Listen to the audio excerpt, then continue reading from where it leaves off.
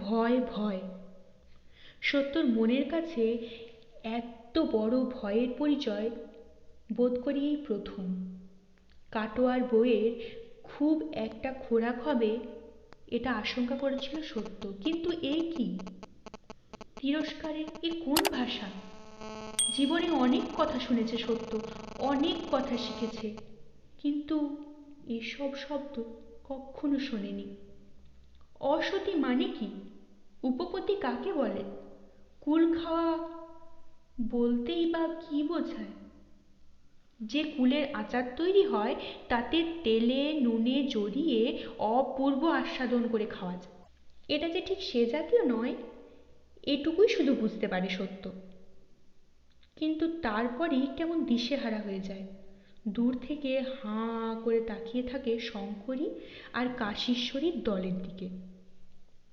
না, আর কেউ কিছু বলছে না, সবাই নিথর। এমনকি মোক্ষদা পর্যন্ত কেমন যেন স্তব্ধ। একা কাশীশ্বরী পালা চালিয়ে যাচ্ছেন চাপা তীক্ষ্ণ গলায়। শঙ্করীকে ধরে চিবিয়ে খেলে বুঝি ওদের রাগ মিটবে না, এমনি তাদের মুখভঙ্গি। মোক্ষদা এক ধরনের, কাশীশ্বরী আর এক ধরনের।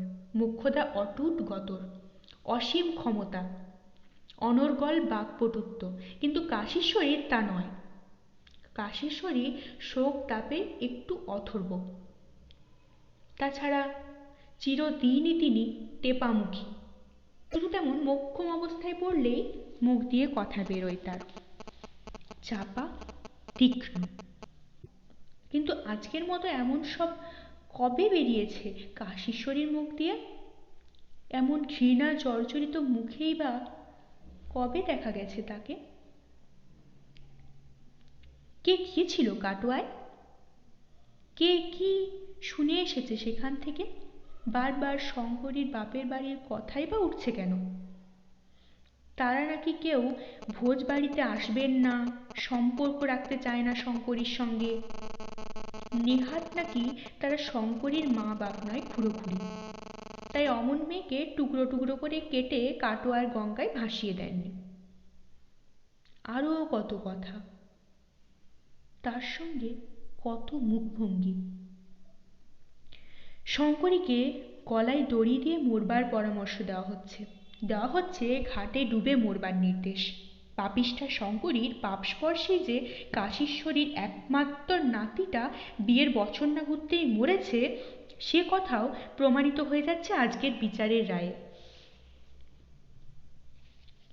অনেক শুনতে শুনতে শেষ পর্যন্ত এইটুকুই বুঝতে পারে সত্য, নাপিত বউ আর রাখু কাটোয়া গিয়েছিল যজ্ঞীর জন্য নেমন্তন্ন করতে, আর শঙ্করীর খুড়ি নাপিত বউয়ের কাছে শঙ্করীর নামে যাচ্ছে তাই করেছে।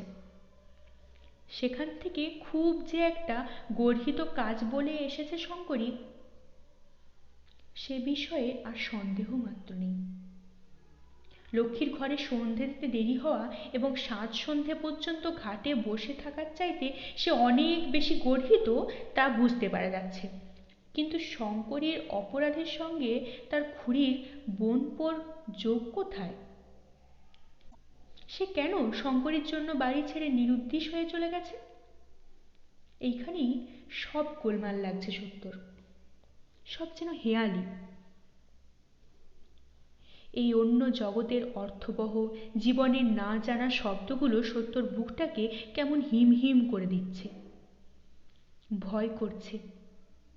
যে অনুভূতি জীবনে জানে না সত্য, আজ সেই অনুভূতি তার সমস্ত সাহসকে কেমন বোকা করে দিয়েছে। গিন্নিরা কাউকে শাসন করছেন, অথচ সত্য তার মধ্যে ফোড়ন কাটছে না, এমন ঘটনা বোধ করি সত্যর জ্ঞানেই প্রথম। অপরাধীর পক্ষ নেওয়ায় সত্যর স্বভাব, তা সে অপরাধী যে শ্রেণীরই হোক। একবার বাসন মাজুনি বাগদি বউ সন্ধে করে ঘাটে বাসন মাজতে গিয়ে পাঁজার বাসন থেকে একটা বাটি হারিয়ে ফেলেছিল। খুব সম্ভব বাটিটা জলে ডুবে গিয়েছিল, কিন্তু বাগদি বউটাকে চোর অপবাদ দিয়ে ন ভূত ন ভবিষ্যতি করেছিলেন শিবজায়া আর দিনতারিণী, এবং মোক্ষদা হুকুম দিয়েছিলেন না যদি নিয়েছিস তো সমস্ত রাত ওই পুকুরের হাতড়ে বাটি খুঁজে বার কর। বাগদি বউ যত হাউমাউ কাঁদে গৃহিণীকুল ততই চেপে ধরে তাকে। চুরির উদ্দেশ্যেই যে সে বেলা গড়িয়ে বাসন মাজতে আসে মন্তব্য করতে ছাড়ে না তারা। সে যাত্রা সত্যিই তো রক্ষে করেছিল বাগদি বউটাকে। বলেছিল, চল বাগদি বউ, আমিও খুঁজিকে তোর সঙ্গে, আমি খুব সাঁতার জানি, সাঁতারে এপার ওপার করে বাতি হাতড়াবো। তুই খুঁজবি মানে? ধমকে উঠেছিল সবাই, এবং সকলকে চমকে দিয়ে সত্য উদাসভাবে বলেছিল, তা খুঁজতে হবে বই কি, তোমাদের পাপের প্রায়শ্চিত্ত তো আমাকেই করতে হবে। ভগবান যখন আমাকে তোমাদের ঘরের মেয়ে করে পাঠিয়েছে, বাড়িতে যাদের 5 সিন্ধুক বাসন, তারা যদি তুচ্ছ একটা ডালবাটির জন্য একটা মানুষের প্রাণবধ করতে চায়, তবে একজনকে তো তার প্রতিকার করতেই হবে। থ হয়ে গিয়েছিল সবাই, আর বোধ করি তুচ্ছ একটা বাটির জন্য নিজেদের তুচ্ছতার বহরটা সেই প্রথম নজরে পড়েছিল তাদের। তবে আর কি, 5 সিন্ধুক বাসন আছে তো হরির নুট দিকে যা বাসনের, অনেক পয়সা আছে তোর বাপের, বলে কেমন যেন শিথিলভাবে রণে ভঙ্গ দিয়েছিলেন তারা। বাগদি বউ গলায় কাপড় দিয়ে সত্যকে প্রণাম করেছিল সেদিন। তা এমন অনেকেই অনেক সময় বিপদ থেকে ত্রাণ করেছে সত্য, কিন্তু আজ সত্যর গলা দিয়ে শব্দ বেরোচ্ছে না। একটা অন্ধকার অরণ্যের গা ছমছমে রহস্য মুখ করে দিয়েছে সত্যকে। কখন যে তিরস্কার পর্ব শেষ হলো, কখন যে গিন্নিরা আপন আপন কর্মে প্রস্থান করলেন, কাটোয়ার বউ তারপর কোথায় গেল, এসবের কোনো খবর আর রাখতে পারে না সত্য। কখন একসময় যেন আস্তে আস্তে চলে গিয়ে সারদার ঘরের মেঝেই পরনের চাঁদের আলো রঙা 8খানি শাড়িখানির আঁচলটুকু বিছিয়ে শুয়ে পড়েছিল। যেখানে সারদাও শুয়ে আছে সেই একই পদ্ধতিতে, কোলের ছেলেটুকুকে কোলের কাছে নিয়ে। সারদা বলেছিল, শুলে যে সত্য ঠাকুরজি? শুলাম বলে উত্তর দিয়েছিল সত্য। সারদা আরেকবার নিঃশ্বাস ফেলে বলেছিল, কাটোয়ার বউ অত গাল খাচ্ছিল কেন ঠাকুরজি? সত্য বলেছিল, জানি না। সত্যর পক্ষে এমন সংক্ষিপ্ত স্বল্প ভাষণ প্রায় অভূতপূর্ব, কিন্তু সারদারও নাকি মনে সুখের লেশ নেই, তাই আর বেশি কথা বাড়ায়নি। একসময় ছেলের সঙ্গে ঘুমিয়েও পড়েছিল, কিন্তু সত্যর চোখে ঘুম আসতে চায় না। ভয়ের সেই অনুভূতিটা কিছুতেই ছাড়তে চায় না তাকে। থেকে থেকে বুকটা কেমন ঠান্ডা আর ফাঁকা ফাঁকা লাগে। অজানা ওই শব্দগুলো না হয় চুলোই যাক, কিন্তু আর একটা নতুন ভয় যে মনের মধ্যে বাসা বাঁধল এসে, সত্যিই যদি কাটোয়ার বউ। গলায় দড়ি দেওয়ার পদ্ধতিটা কি আর তার পরিণামই বা কি ঠিক জানে না সত্য, কিন্তু অপরটার আশঙ্কায় বারে বারে গায়ে কাঁটা দিচ্ছিল তার। যদি তাই হয়, যদি কাল যজ্ঞের প্রয়োজনে পুকুরে জাল ফেলতে গিয়ে জেলেরা মাছের সঙ্গে আরো একটা জিনিস ছেঁকে তোলে, ভারী রুই পড়েছে ভেবে আহ্লাদে হেই হেই করে জাল টেনে তুলে যদি দেখে মাছ নয়, বুকের ভেতর ঢেকির পাড় পড়ার মতো শব্দ হতে থাকে সত্যর। কজনকে পাহারা দেবে সে? সারদার ব্যাপারেই তো ভয়ে আর বাপের হুকুমে তটস্থ হয়ে আছে, তার উপরে আবার কাটোয়ার বউ চাপল মনের মধ্যে।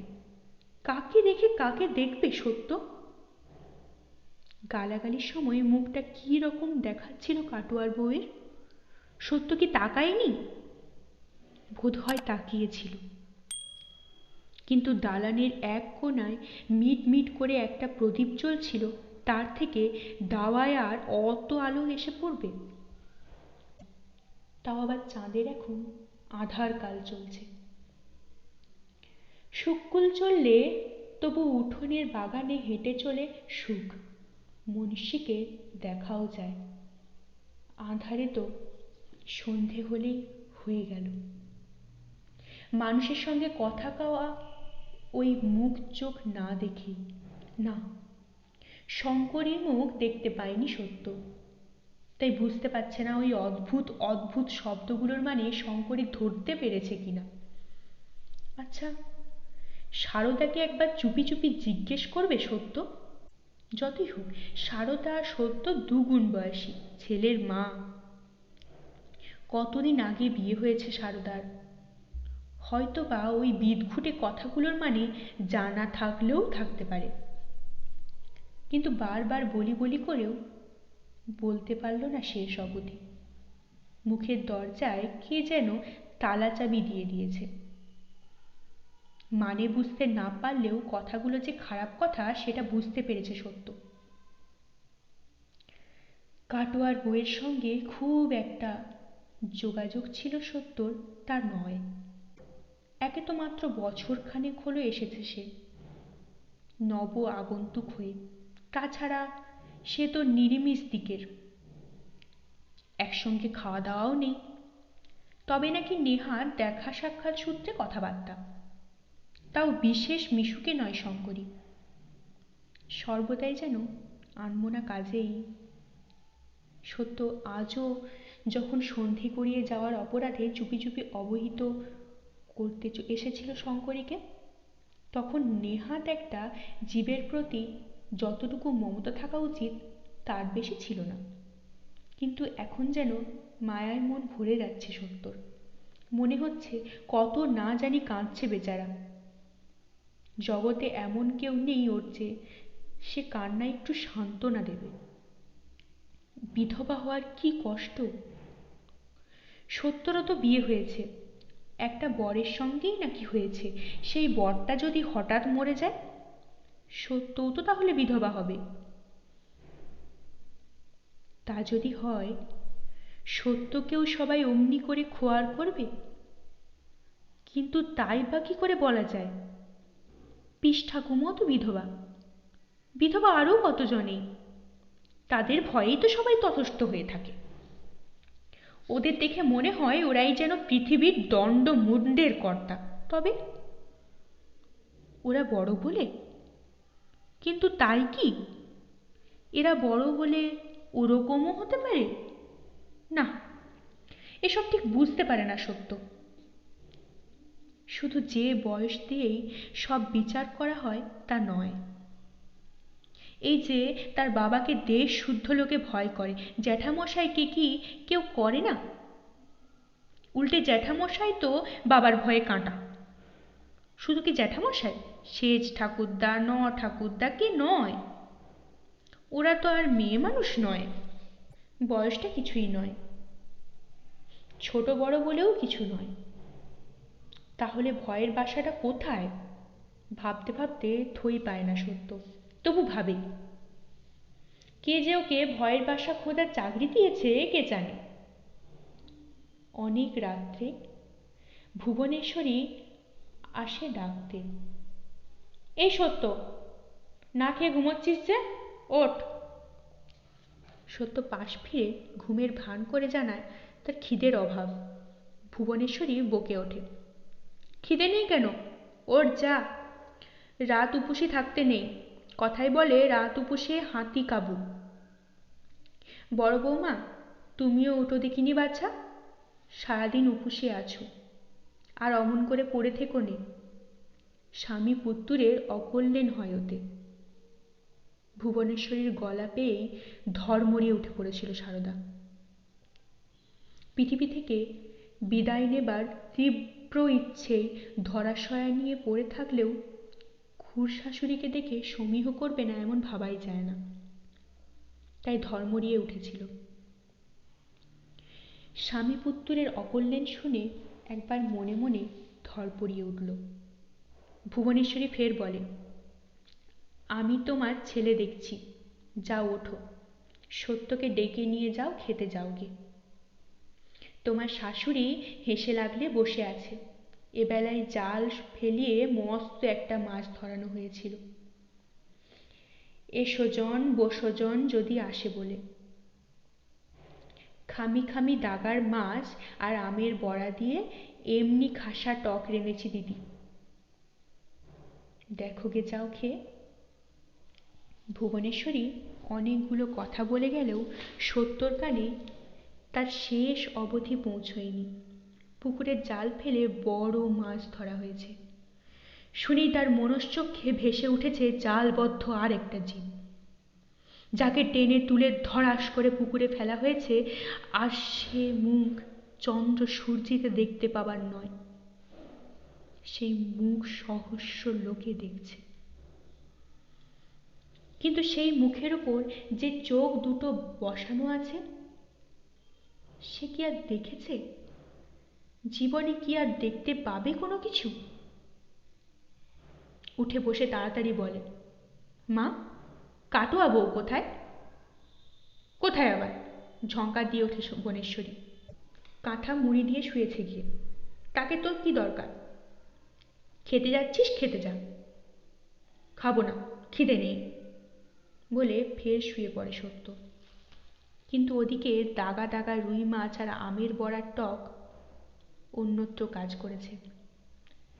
একে 16 বছর বয়সের দুরন্ত স্বাস্থ্য, তার ওপর সারাদিন ছেলেটা বুকে দুধ টেনে খাচ্ছে, সতীন কাটার যন্ত্রণাও যেন কাবু করে এসেছে। তবুও একান্ত বাসনা সত্ত্বেও বাধা আসে মনে। সারাদিন অভুক্ত পড়ে থেকেও সেই অভুক্ত চেহারাটায় স্বামীর সঙ্গে একবার দেখা হলো না। কে জানে রাতে হতে পারে কিনা। আজ তো নতুন বউয়ের কাল রাত্রি, কাজেই আজ পুরনো বউ প্রাধান্য পেলেও পেতে পারে। দিব্যি করে মাছের ঝাল দিয়ে এক পাথর ভাত ঠেসে এসে অভিমান জানাবে কোন মুখে? সারদা তাই চি চি করে বলে, সবে পেটের ব্যথাটা একটু নরম পড়েছে, তা হোক, ও খেলেই নরমে যাবে। নরম গলায় বলে ভুবনেশ্বরী, তুমি ডেকে ডুকে নিয়ে গেলে তবে যদি সত্য দুটো খায়। নিজের শাশুড়ির সঙ্গে কথা বলে না, ঘোমটা দিতে হয় এক গলা। কথা যা তা এই শাশুড়ির সঙ্গেই। তা খুড়শাশুড়ি কণ্ঠের নরম সুরটুকুই চোখে জল এনে দিয়েছিল সারদার। অগত্যায় আর রাসুর সামনে অভুক্ত মুখ দেখাবার ইচ্ছেটাকে টেনে রেখে দেওয়া হলো না। সারদা সত্যকে নাড়া দিয়ে বলল, চলো ঠাকুরঝি, যা পারবে খেয়ে নেবে। সত্য উঠে বসল, হাই তুলে বিরক্ত হয়ে উঠে বলল, বাব্বা, দুদণ্ড যদি একটু নিরিবিলিতে পড়ে থাকার জো আছে, নাও চলো। সারদা চলে যেতেই ভুবনেশ্বরী একটা অসমসাহসী কাজ করে বসল। ঘুমন্ত ছেলেটাকে কাঁধে মুড়ি কোলে চাপা দিয়ে ঘর থেকে বেরিয়ে চুপি চুপি রাখুর মাকে গিয়ে বলল, রাখুর মা, বড় ছেলেকে একবার ডেকে দে তো, বলবি জরুরি দরকার। বড় ছেলে অর্থে রাসু। রাখুর মা এদিক ওদিক তাকিয়ে ফিসফিস করে বলে, দেখে এলাম চণ্ডী মণ্ডপে শুয়েছে। তা হোক, তুই আমার নাম করে ডেকে নিয়ে আয়। ঘরের দরজার কাছাকাছি গিয়ে মায়ের ডাকে থমকে দাঁড়িয়ে পড়ল সত্যবতী। আর সারদার বুকটা কি আশঙ্কায় চমকে উঠে শীতকালের পানা পুকুরের জলের মতো ঠান্ডা নিথর হয়ে গেল। অভ্যস্ত উচ্চারণে মেয়ের নাম ধরে ডাক দেননি ভুবনেশ্বরী, ব্যস্ত অথচ চাপা গলায় বলে উঠেছে, এই তুই এদিকে আয়। তুই অর্থে সত্য। আর বিশেষ করে সত্যকেই হঠাৎ চাপা গলায় ডাক দিয়ে সরিয়ে নেবার অর্থ কি? অর্থ আছে। এরকম ডাকের একটাই অর্থ হয়, আর সে অর্থ সত্যর কাছে ধরা না পড়লেও সারদার কাছে যেন ধরা পড়েছে। তাই না বুকের ভেতরটা অমন হিম হিম নিথর হয়ে গেল? তাই না আশার আশঙ্কায় চমকে উঠল সে বুক? সারদা জানে, সারদার মনে আছে, ছেলেবেলায় সারদা যখন নিঃসংকোচিত্তে তার সদ্য বিবাহিতা কাকিমার কাছে শোবার বায়না নিয়ে তোড়জোড় করত, তখন ঠিক এমনি চাপা গলায় তার মাও তাকে ডাক দিয়েছে, এদিকে আয় বলছি। তবুও বায়না করত সারদা, এখন মনে পড়লে কি হাসিই পায়। সত্যবতী থমকে দাঁড়িয়ে পড়ে বলল, বড় বউ কি একলা শোবে নাকি? তোমাদের আক্কেলটা তো ভালো। ভুবনেশ্বরী হাসি চেপে ভৎসনা সুরে বলে, থাম, তোকে আর সকলের আক্কেল খুঁড়ে খুঁড়ে বেড়াতে হবে না। একলা কেন? অত বড় বেটা ঘরে রয়েছে বড় বৌমার, সে কি কম নাকি?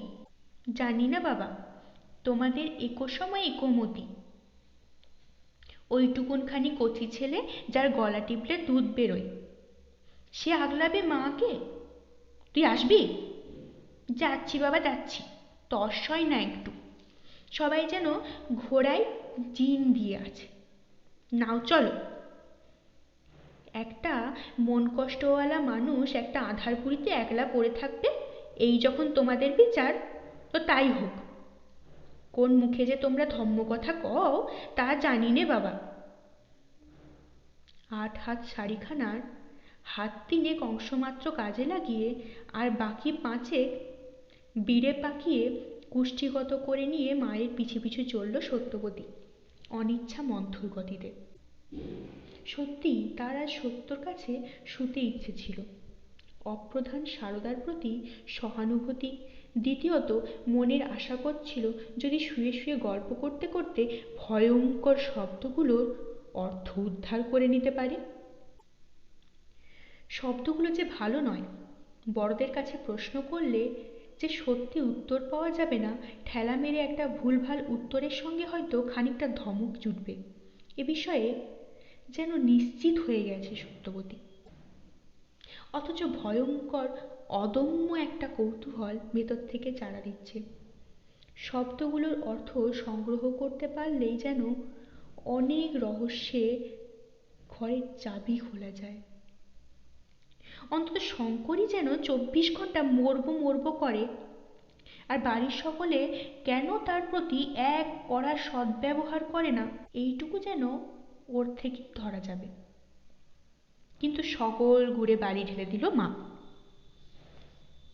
তার নতুন কিছু নয় অবশ্যই, জন্মবোধেই তো দেখে আসছে সত্যবতী। বড়দের কাজই হচ্ছে ছোটদের সকল ইচ্ছের গুড়ে বালি দেওয়া। দিনতারিণীর ঘরে বাড়ির সব কটা সমস্ত মেয়ের শোবার ব্যবস্থা।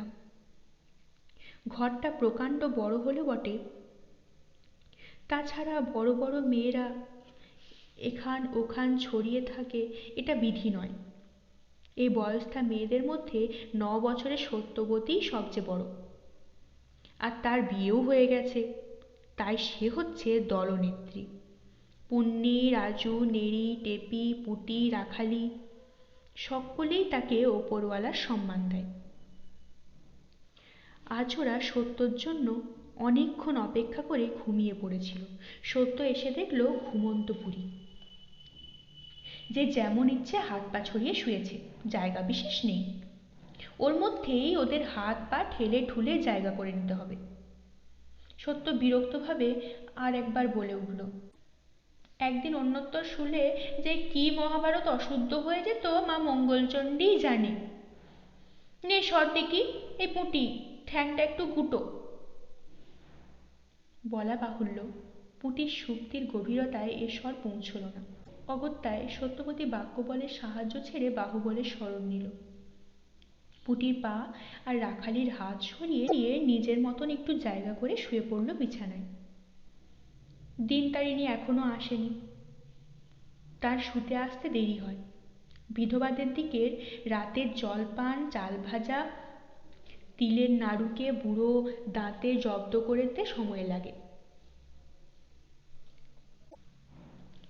ঠাকুমার বিছানাটা ঠিক আছে কিনা একবার দেখে নিল সত্যবতী। আছে বটে এক ফালি ঠাঁই, অবশ্যই বিছানা আর কি। ঘরজোড়া একখানা শতরঞ্জির ওপর বড় বড় মোটা মোটা খান কয়েক কাঁথা পাতা, আর তারই মাথার দিকে দেয়াল জোড়া টানা লম্বা মাথার বালিশ। একসঙ্গে যাতে সারি সারি অনেকগুলো মাথা ধরানো যায় তার জন্যই এই অভিনব মাথার বালিশের আয়োজন। এক একটা বালিশ বোধ হয় লম্বায় 4 হাত আর ওজনে 8 মণ। যারা শোয় তারা নিজেরা তাকে 1 ইঞ্চিও নড়তে পারে না। নিজের বালিশকে নিজের ঘাড়ের তলায় ইচ্ছে মতো ভঙ্গিতে রাখতে পারার সুখও তারা জানে না। বালিশগুলো যে শুধু মাপেই বড় বলে ভারী তাও তো নয়, তুলোগুলোও যে পুরনো। জিনিস যতই সস্তা হোক আর যত বেশি প্রাচুর্য থাক, অপচয় করার কথা কেউ কল্পনাও করতে পারে না। তাই কর্তাদের বড় বড় তাকিয়াগুলো ছিঁড়ে গেলে যখন তাদের জন্য নতুন খেরো দিয়ে নতুন তুলোয় তাকিয়া বানানো হয়, তখন পুরনো তুলো আর ছেঁড়া খেরোগুলো কাজে লাগিয়ে বাড়িয়ে নাবালকদের জন্য। সব বাড়িতেই একই অবস্থা। ছেলেপুলে বাচ্চা বাচ্চা ছাড়া সংসারে অত ওঁচা মালের গতি হবে কাদের ওপর দিয়ে? তবু তো কোবরেজ বাড়ির অবস্থা উত্তম। বাৎসরিক বৃত্তি দিয়ে সাজো ধোবা ঠিক করা আছে, নিয়মিত সব ফর্সা করে দিয়ে যায় সে। মানে আর কি, কেচে শুকিয়ে পাট করে দিয়ে যায় আর কি। কাঁচার পুকুরের কেচে ভিজে কাপড় চোপড়ের ডাঁই খিড়কির পুকুরের পৈঠেই নামিয়ে রেখে যায়। তারপর তো আছেন মোক্ষদা, ভালো পুকুরের জল দিয়ে শুদ্ধ করে সেই ভিজের বস্তা রোদে মেলে দেওয়ার দায়িত্ব তার। তারপর আছে বৌঝিরা, শিবজায়ার ছেলে বউরা, কুঞ্জোর বউ, ভুবনেশ্বরী। তারপর ডিউটি এসে পড়ে তাদের ওপর। নিত্য বিছানা কাঁথার ওয়ার্ড খোলা আর ওয়ার্ড পরানোর কম ঝামেলার ব্যাপার নয়। কিন্তু রামকালীর যে ধোবার ওপর এবং সংসারের পরিচালিকাদের ওপর কড়া হুকুম দেওয়া আছে, অন্তত মাসে 2 ক্ষেপ সাফ করতেই হবে। আজই বোধ হয় সব সদ্য কাঁচা, কলার বাসনার খাড় আর সাজি মাটির গন্ধ ছাড়ছে। সত্যবতী নাকে কাপড় দিয়ে শুয়েছে, এই গন্ধটা তার ভারী বিশ্রী লাগে। ও শুয়ে শুয়ে ভাবে, এই বিচ্ছিরি গন্ধটা বাদ দিয়ে কাপড় কাচা যায় না? ওটা ভাবতে ভাবতে আরো অন্য ভাবনায় চলে গেল সত্যবতী। বড় বউ তো একলা হলো, মাঝরাতে উঠে যদি জলে ডুবতে যায়, বউটা তো যাবেই। বাবাকে কি জবাব দেবে সত্য? তারপর গিয়ে রাত পোহালে বাড়ি কুটুমে ছেয়ে যাবে, আর মাঝখানে সেই বড় বউয়ের ডুবে মরার টেলা। আচ্ছা বিপদ হলো বটে। না, নিশ্চিন্তে থাকা চলে না।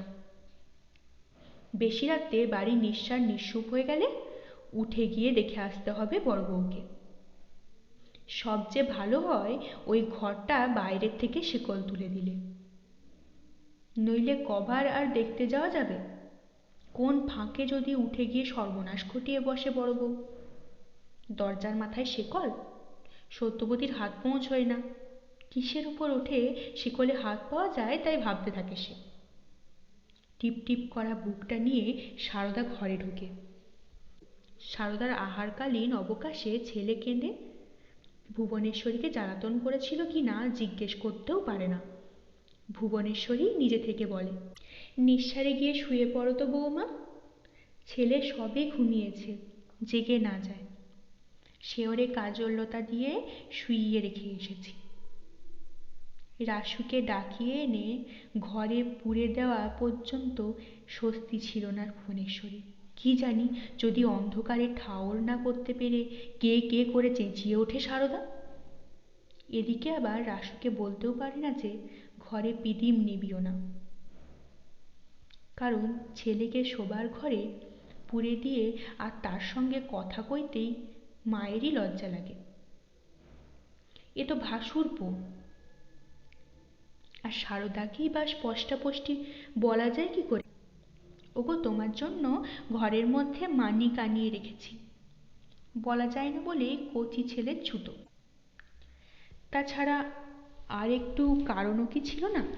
একটু কৌতুকের স্বাদ হলেও শাশুড়ি সম্পর্ক, তবু তো মেয়ে মানুষ। আর বাঘা রামকালীর ঘরণী হলেও ভুবনেশ্বরী যেন এখনো ভেতরে ভেতরে কোথায় একটু কাঁচা, একটু সবুজ হয়ে গেছে। মানিকের উপমাটা ভুবনেশ্বরীরই মনে এসেছে। নিত্যকার মানুষটা যে আজ সারদার কাছে পরম মূল্যবান তুল্য হয়ে উঠেছে, এ কথা বোঝবার ক্ষমতা ভুবনেশ্বরীরই আছে। দেখা যাক বড় বৌমা কতটুকু করায়ত্ত করতে পারে স্বামীকে। অবশ্যই ভরসা কিছু নেই। বেটা ছেলের মন, নতুন বউ ডাগরটি হয়ে উঠতে উঠতে সারদাও কন্যা ততদিনে 3 ছেলের মা হয়ে বসবে। তখন কি আর রাসু নতুন ফুলের মধু ফেলে? ভাবতে গিয়ে চমকে উঠল ভুবনেশ্বর। মনে মনে নাক কান মরল। রাসু না তার পুত্রস্থানীয়? তার সম্পর্কে এসব কথা কি বলে ভাবছে সে? সম্পর্কের মান মর্যাদা আর থাকছে কি করে তাহলে? ওদের সম্পর্কে সব ভাবনা জোর করে মুছে দিয়ে রান্নাঘরের দিকে চলে গেল ভুবনেশ্বরী। এবার তাদের দলের খাবার পালা। তবে আজ আর খাবার পরে ঘুম নয়, রাত জেগে কালকের যজ্ঞের কুটনো বাটনা করতে হবে। বড় লোকের বাড়ির বউ বলে তো আর আয়েশ করবার হুকুম নেই, বউ হচ্ছে বউ। বরং রাসুর মা দুদণ্ড পা ছড়িয়ে বসলে কি কাজে গাফিলি হলে কেউ কিছু বলবে না, কিন্তু বউদের সেরকম আচরণ অমার্জনীয়। তা খাটনিতেও দুঃখ ছিল না, যদি শুধু নিজেরা যা ননদের দল থাকতে পায় সে দলে, হাতের সঙ্গে গল্প গাছাও চলে তা বলে।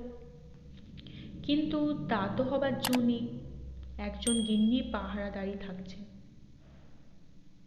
বউরা ঘর ভাঙানি মন্ত্রণা করছে কি না সেটা তো দেখতে হবে তাদের। এ গুরু কর্তব্যের দায়ে বেচারা শিবজায়াকে যে মরতে মরতে রাত জেগে ছেলে বউয়ের ঘরের পেছনে কুলকুলি নিয়ে কান পাততে বসে থাকতে হয়। সারদার গায়ে অবশ্য কুলকুলি নেই, ভালো জানলা আছে।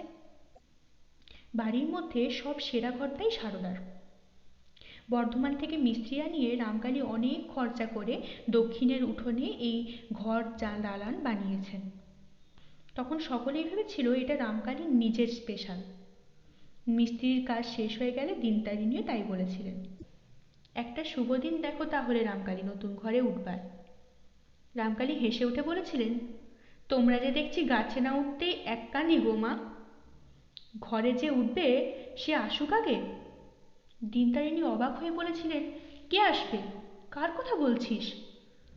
ঘরের লক্ষ্মীর কথা বলছি মা। রামকালী বোধ করি মায়ের হৃদগত ধারণা অনুমান করেছিলেন, তাই একবার মায়ের ধারণা বৃক্ষের মূলে কুঠারাঘাত করে পরম শান্তভাবে কথা শেষ করেছিলেন। কেন, তুমি কি শোনোনি? রাসুর বিয়ের কথা চলছে। রাসুর? রাসুর বউ এসে ওই ঘরের দখলদারি হবে? দিনতারিণীর সতীনপর ছেলের বউ? দিনতারিণী আর আত্মসংবরণ করতে পারেননি, বিরক্তভাবে বলে উঠেছিলেন, অজ্ঞানের মতো কথা বলো না রামকালী। ওই সেরা ঘরখানা তুমি রাসুকে দেবে? রামকালী আর হাসেনি, গম্ভীর কণ্ঠে বলেছিলেন, দেওয়া দিয়ের কিছু কথা নেই মা, যার যা ন্যায্য প্রাপ্য সে তা পাবে। দিনতারিণী তথাপি ছেলের ক্রোধ শঙ্কা তুচ্ছ করে উষ্মা প্রকাশ করে পারেননি, বলে ফেলেছিলেন, তুমি মাথার ঘাম পায়ে ফেলে উপায় করছো হিরে যেন জিরে এনে নবাবের পছন্দের ঘর গড়লে, যে দিব্যি কুঞ্জর বেটা বউ প্রাপ্য হলো কোন সুবাদে রামকালী? না, রামকালী প্রত্যক্ষে তিরস্কার করেনি মাকে, বরং আরও শান্ত কণ্ঠে বলেছিলেন, যে সুবাদে মানুষ বনের জন্তু জানোয়ারদের মতন উদম হয়ে না বেরিয়ে কোমরে কাপড় দিচ্ছ মা। যাকগে, ও কথা যাক, জ্যেষ্ঠর শ্রেষ্ঠ ভাগ, এ বিধিটা তো তোমার জানার কথা মা। রাসু এ বাড়ির জ্যেষ্ঠ ছেলে। দিনতারিণীর চোখে জল এসে গিয়েছিল, দুঃখে আর অপমান বোধে। তাই শেষবেশ তর্কে বলেছিলেন, মেজ বৌমার প্রাণটার দিকেও তো তাকাতে হয়, যতই হোক সে এখনো কাঁচা মেয়ে। এই ঘর আরম্ভ হয়ে ইস্তক তার একটা আশা ছিল তো। রামকালী এবার একটু হেসেছিলেন, তোমার মেজ বৌমার যদি এমন ইল্লুতে আশা হয়েই থাকে তো সে আশায় ছাই পড়াই উচিত মা। ছাই পড়াই উচিত? আঁচল দিয়ে চোখ মুছেছিলেন দিনতারিণী। মেজ বৌমার আশাভঙ্গের কল্পনায় যত না হোক, নিজেরই আশাভঙ্গে। কুঞ্জ যে জন্মভোর গায়ে হাওয়া দিয়ে বেরিয়ে সংসারের সব কিছু সেরা ভাগটা ভোগ করে, এটা কি চিরকাল সহ্য হয়? দিনতারিণীর আশা ছিল এই ঘরখানার ব্যাপারে অন্তত কুঞ্জ আর কুঞ্জন বউয়ের মুখ ছোট হবে। সেই আশাই ছাই পড়ল। তাই কেঁদে ফেলে বললেন, ছাই পড়াই উচিত? উচিত বই কি, ভবিষ্যতে তাহলে আর কখনো এমন বেয়াড়া আশা জন্মাতে পাবে না। এরপর দিনতারিণী নীরবে তাকিয়ে তাকিয়ে দেখছিলেন চন্দননগর থেকে ছুতোর এসে ঢুকলো সেই ঘরে। হ্যাঁ, জোড়া পালঙ্ক বানাতে হলে ঘরের মধ্যে বসেই বানাতে হয়। বাইরে থেকে গড়ে এনে লাগিয়ে দেওয়ার রীতি তখনও হয়নি। বহুবিধ কারুকার্য করা পালঙ্ক। ওর জন্য চন্দননগরের ছুতোরদের ভাত জোগাতে হয়েছিল মাস দেড়েক ধরে। খেয়ে মজুরি নিয়ে আর নতুন কাপড়ের জোড়া বকশিস আদায় করে ছুতোরেরা চলে গেল। তারপরই বিয়ে হলো রাসুর। নতুন পালঙ্কে ফুলশয্যে হলো। সেই পালঙ্ক ছেড়ে সারাদিন আজ মাটিতে পড়েছিল সারদা। এখনো খুড়শাশুড়ির নির্দেশ মতো নিঃসাড়ে ঘরে ঢুকে হুড়কোটা লাগিয়ে ছেলের তল্লাশ মাত্র না করে ঝুপ করে শুয়ে পড়ল মাটিতেই। ঘরে ঢুকে না তাকিয়েও টের পেয়েছিল সারদা তার আশঙ্কাটা মিথ্যে নয়। আঘ্রাণে অনুমানে হৃৎস্পন্দনে বুঝিয়ে দিয়েছিল সারদাকে, তোমার ঘরে 7 রাজার ধনমানিক। এ যেন আবার নতুন বিয়ের নতুন বর। দিরাগমনে এসে প্রথম রাত্রিরে যখন 5টা সমবয়সী মিলে সারদাকে ঘরে ঢুকিয়ে দিয়ে বাইরে থেকে দরজায় শিকল লাগিয়ে পালিয়েছিল, তখন এমনি বুকটা ধড়াস করেছিল সারদার। তবু তো তখন মাত্র 12 বছর বয়স, আর এখন 16।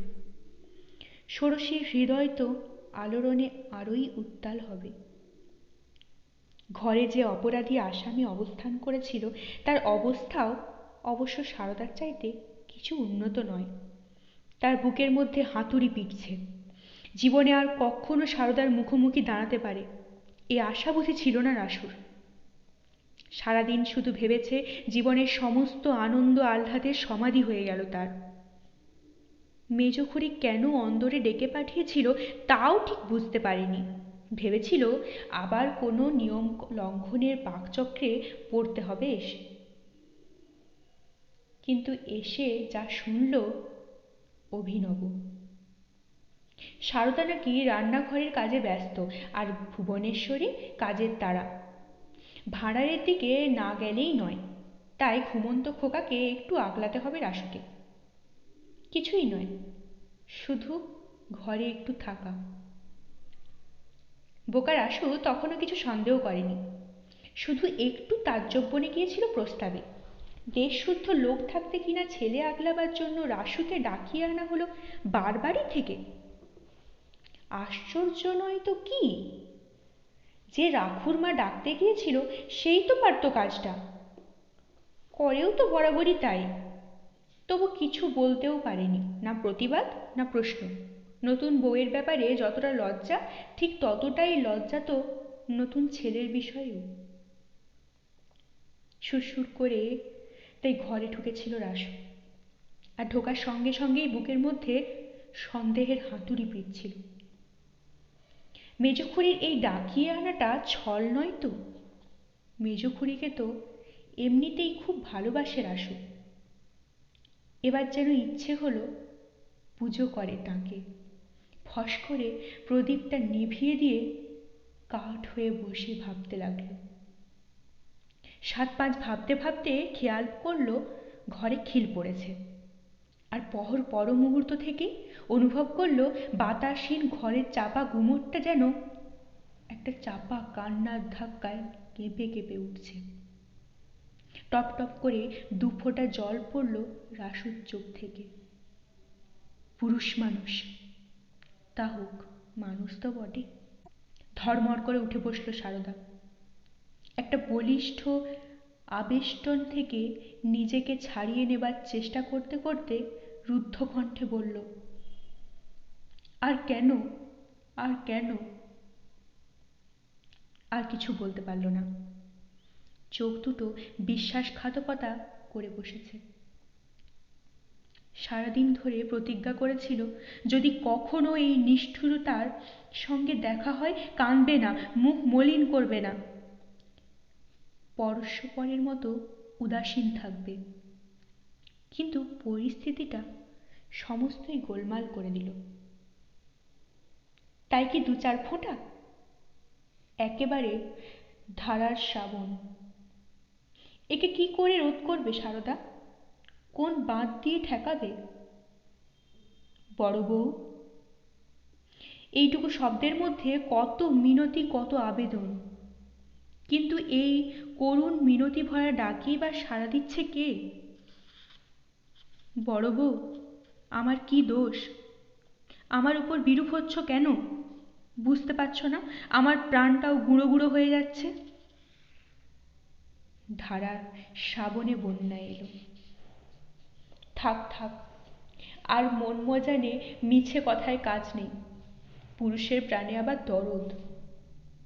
বড় বউ, এই আমার মাথা খাও, বিশ্বাস করো তোমারই মতো জ্বলে পুড়ে খাক হচ্ছি আমি। তুমি যে আমাকে বিশ্বাসঘাতক ভাবছো, এই কষ্ট আমি রাখবো কোথায়? রাখবার দরকার কি? সারদা কান্নার সামনে কঠোর হবার চেষ্টা করে। কাল তোমার নতুন ফুলসজ্জে, নতুন সুখ, আজ আবার এত দুঃখ কষ্টর পালা গাইবার কি আছে? বড় বউ, বলো কি করলে তুমি আমায় বিশ্বাস করবে? বলিষ্ঠ আবেষ্টনের চাপটা যেন পিষে ফেলতে চাইছে সারদাকে। কি করে আর কঠিন থাকবে সারদা? তবু শেষ চেষ্টা করে। আমার বিশ্বাস অবিশ্বাসে কি এসে যায় তোমার? ছেলের মা বুড়িকে ছেড়ে এখন কচি তালশ্বাস। বড় বউ, তুমি এমন ব্যবহার করলে আমার আত্মঘাতী হওয়া ছাড়া আর উপায় থাকবে না বলে দিচ্ছি। রাসু কঠিন হতে জানে, তাই বাঁধন আলগা করে দিয়ে বলে, এই চললাম মেজ কাকার ওষুধের ঘরে। তাজা গোগ্র সাপের বিষ সঞ্চয় আছে, কোথায় আছে তাও আমার জানা। এরপর কিন্তু বিধবা হলে দোষ দিও না আমায়। বিধবা? বুকটা থরথর করে ওঠে সারদার। বরং 100টা সতীন নিয়ে ঘর করবে সারদা, বিধবা হওয়ার মতো অভিশাপ আর কি আছে? কিন্তু ঠিক এই মুহূর্তে বলাই বা যায় কি? তাহলে চললাম, এই জন্মের শোধ দেখা, বলে রাসু দরজার কাছে এগোয়। আশা এই যে এবার সারদা মাথা খাওয়ার অনুরোধ জানাবে, কিন্তু সারদাও যেন অনড়।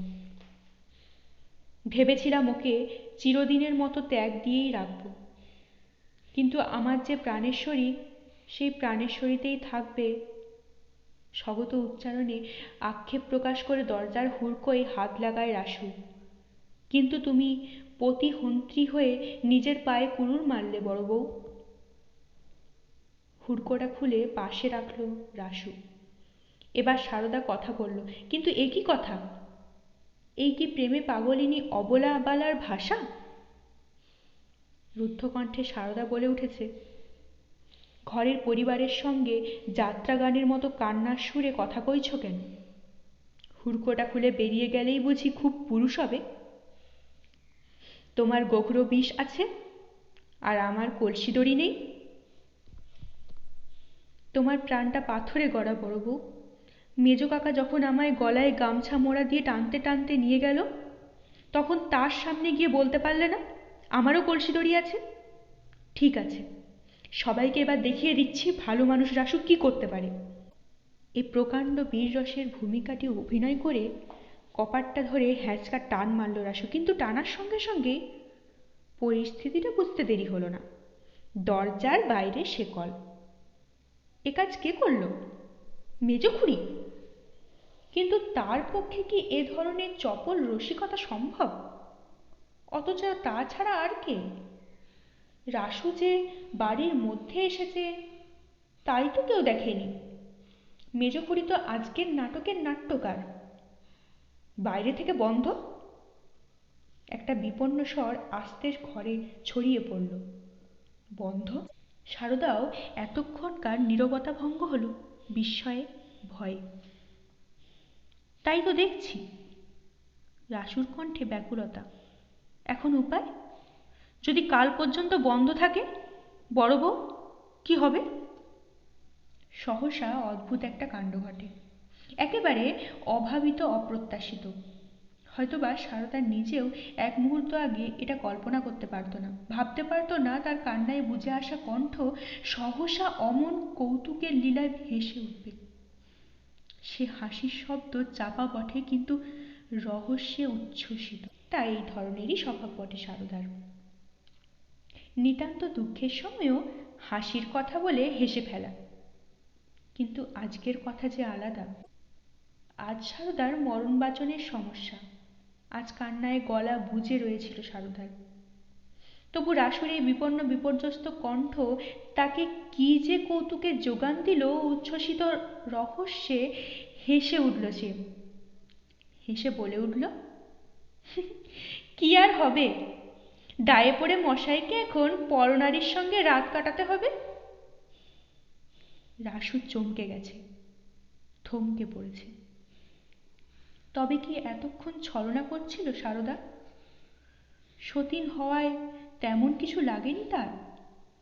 এ হাসি, এ কথা তো রীতিমতো প্রশ্রয়।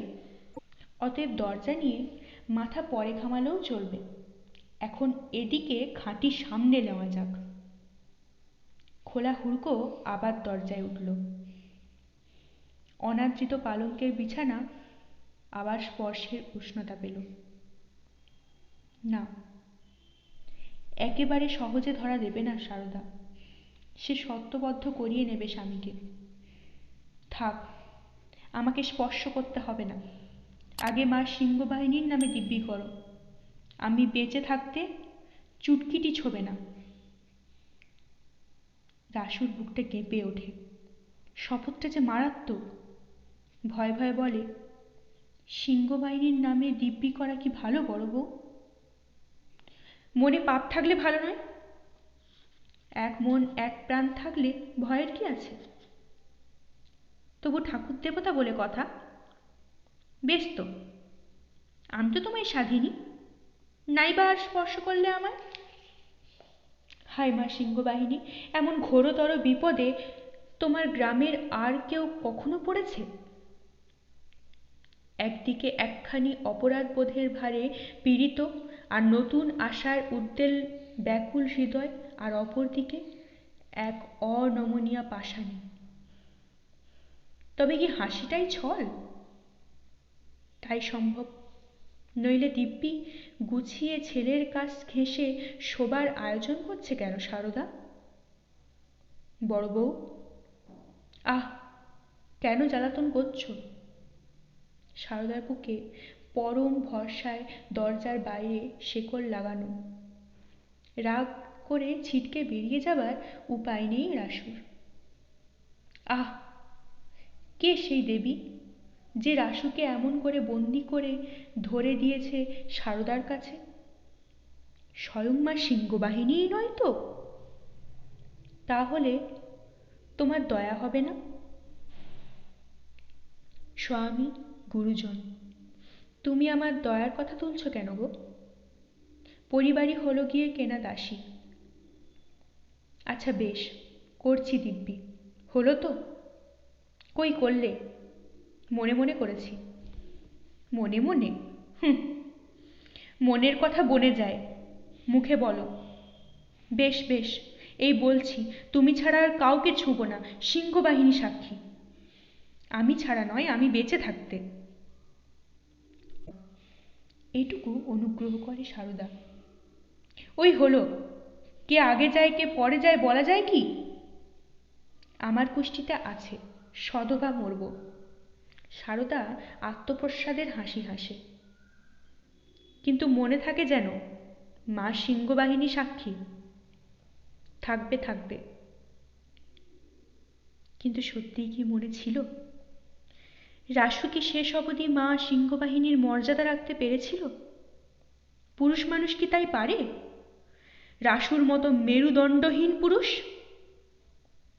তবু এমনি মিথ্যে শপথের চোরাবালির উপরই তো ঘর বাঁধতে হয় মেয়ে মানুষকে। ভালো লাগলে অবশ্যই লাইক করবেন, শেয়ার করবেন। পরবর্তী পর্বে চোখ রাখতে চ্যানেলটিকে অবশ্যই সাবস্ক্রাইব করবেন ও প্রতিটি পর্ব মিস না করার জন্য বেল আইকনটি প্রেস করবেন। আপনাদের অভিমত কমেন্ট বক্সে অবশ্যই জানাবেন। অনেক ধন্যবাদ। নমস্কার।